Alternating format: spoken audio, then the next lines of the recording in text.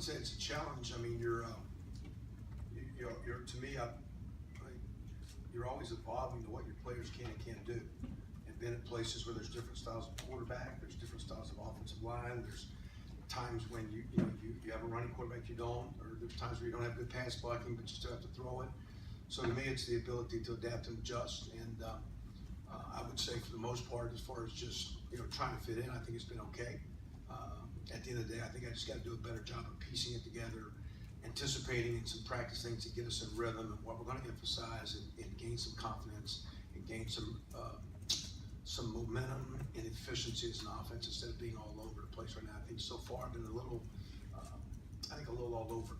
It just kind of, that's what we came in on Sunday, and then Monday, what's the direction? Not play calls or plays, but what are you trying to be, where you're hanging your hat, so you can be aggressive and be assertive and play aggressive football. You and quarterback are the two that people always look at when things aren't going great.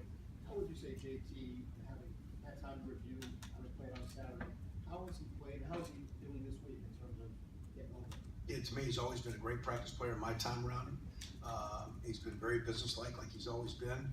Bottom line, it's my responsibility to put it together and to structure practice, and then to get the flow of the game, to give him a chance, and the surrounding pieces. That line's got to get the run game going when there's balance. They got to protect receivers and spacing out rhythm.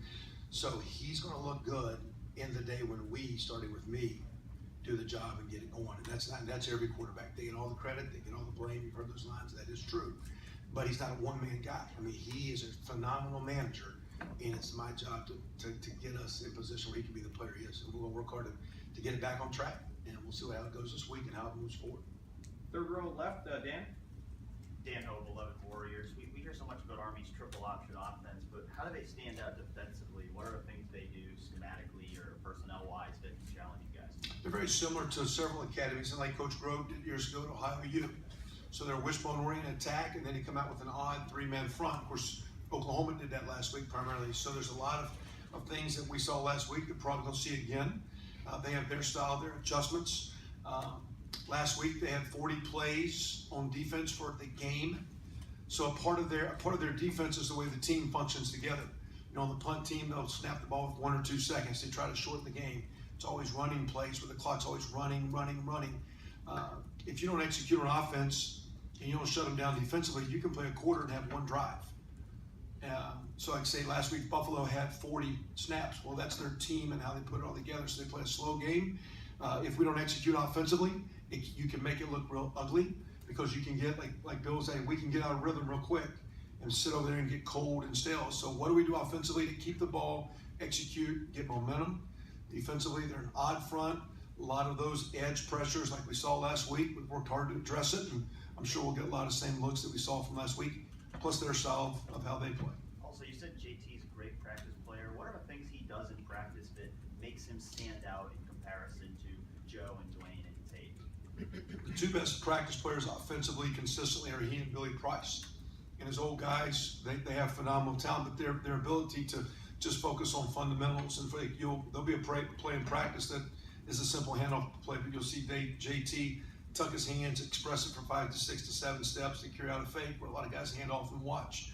You'll see him when he takes his drops, he's really working on footwork. So he's a guy that has great concentration on trying to work on getting better. And to me, that's why I think he's a very driven, passionate guy. He's got high goals and standards. I know he's disappointed the way he played.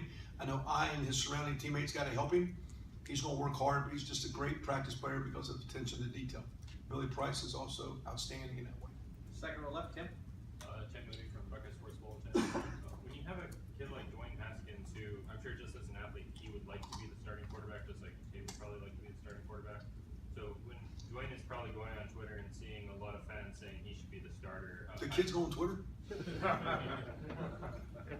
do you approach your conversations with him, knowing that he's seeing that and he has to come and work every day?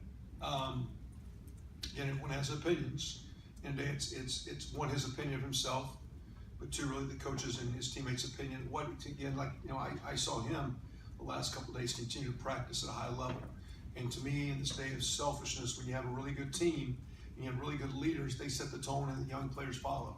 I think the way all of us kind of own offensively, that we laid an egg as coaches, we didn't get them ready to play, our guys didn't play well. I think our players own some of that themselves, they know that. I mean, JT's taking ownership of things he could do better. I know I am.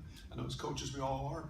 And I think you got a guy like Dwayne who's sitting there watching that, and I see him working hard. And to me, that's the response you want. So no matter what you read on Twitter and what you scroll up and down with your thumb seeing, is how you go out and work. And he's had a great week of practice. And to me, when you're a young player, that's what you do.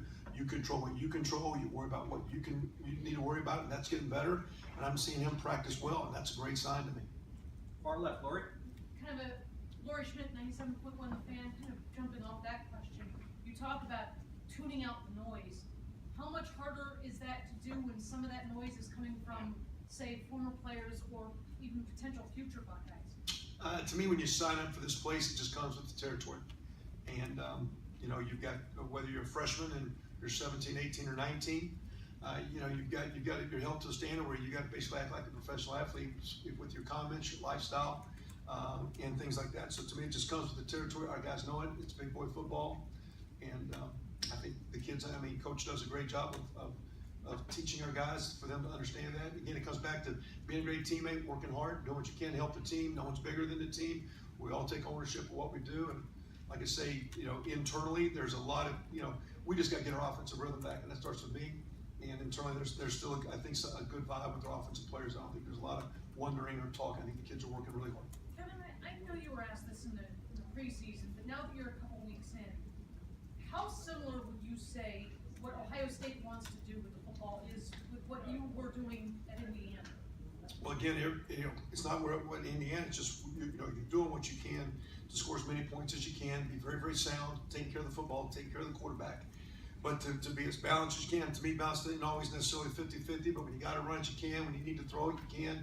Whether it be down and distance, game situations, field situations, whatever. And really good teams light it up and score. And over the years, some teams I've been a part of have done that. Right now, we're not doing it at the clip we need to, and that falls on me. And we're looking to get it together, like the board up again, as best we can, one possession at a time. Front row left, Bill. Bill Landis from Cleveland.com. There seemed to be some pretty decent optimism about the tight end position in the spring and in training camp. And I think Marcus might have been the only one who played against Oklahoma, at least got snaps at tight end. How would you assess the depth you have there now? What do guys like Luke and Jake and Rashad have to do to be, you know, productive players for you guys in that position? They've had, last week, one in that game, that was by far Luke Farrell in particular, and Rashad. Rashad's had a great week this week. They're continuing to come along, and again, that game got tight. Marcus has played the most. We got out of rhythm, didn't extend some possessions. We did some things with 10 personnel that gave Marcus, he had the same number of snaps. He had 16 more snaps in this game than the game before. The tight end played the same number of snaps. I think it was 49 one game, 48 the next game. So the play was the same. Marcus had a little bit more on his more load on his plate.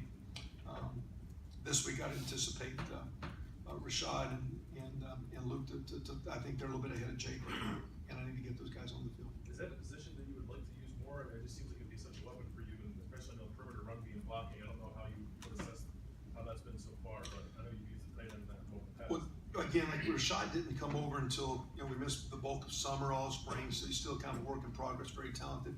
I think Luke is coming on, getting stronger, getting young kid, redshirt freshman. Both those guys are going to be fine. Marcus missed a lot of time. Missed all spring ball with the injury, no practices. The foot injury shut him down for about 6 weeks of summer. He was very ginger through preseason practice, didn't get a lot of work. So, you know, he's the guy that knows what to do, that hasn't set up to be as strong or as in condition or as fundamentally clean as we want him to be.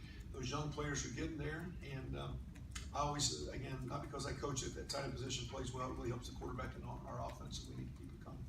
Far right over here, Ben. Hi Kevin, Ben Buchanan, ABC6. You guys have had as many as 6 in the rotation at wide receiver the last couple games. Are you comfortable with that many guys rotating, or would you like to see 2 or 3 more permanent solidified guys in there?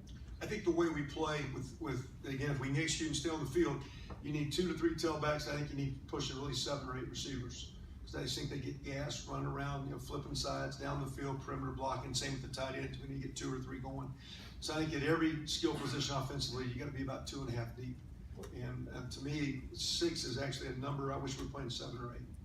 And what do you guys in particular have to do to beat? You look at the last game, you're able to move the ball, but you get in the red zone. Sean was able to kick some field goals. What do you do, X's and O's wise, attitude wise, to get the ball in the end zone? Try to get 6. Talking about red zone. And let's go back to those receivers too, real quick. It's one thing to play 6, 7, 8, you need guys you can count on and execute, and that's what we gotta get to. And that falls into answering this question. I think I've called a couple plays and a couple of drives that got us off schedule behind chains. And 3rd and 8, 3rd and 9 happened too quick. It did in the first game 2 times. It did last week a couple times. And to me, I gotta look at, again, we anticipated some looks we didn't get, weren't clean plays, put our guys in bad situations. We got behind chains. 3rd and 8 on the 8, those field zones get compressed, the windows get tight, and I put us in bad situations. We'll work hard to eliminate and do that better if we need to. It's tough to do. Back row middle, Steve? Yeah, Coach, I was gonna ask about the red zone, you kind of brought that up just there. It seemed when you guys were down there, Dobbins punched one in the one time, but you didn't, maybe you threw it in the end zone to KJ Hill one time, but on the whole, didn't seem to be as throwing it as often down in that area. I know that you said the windows get compacted down there, but what can you do maybe to vary things up or to get the ball into the end zone instead of settling for this field goal?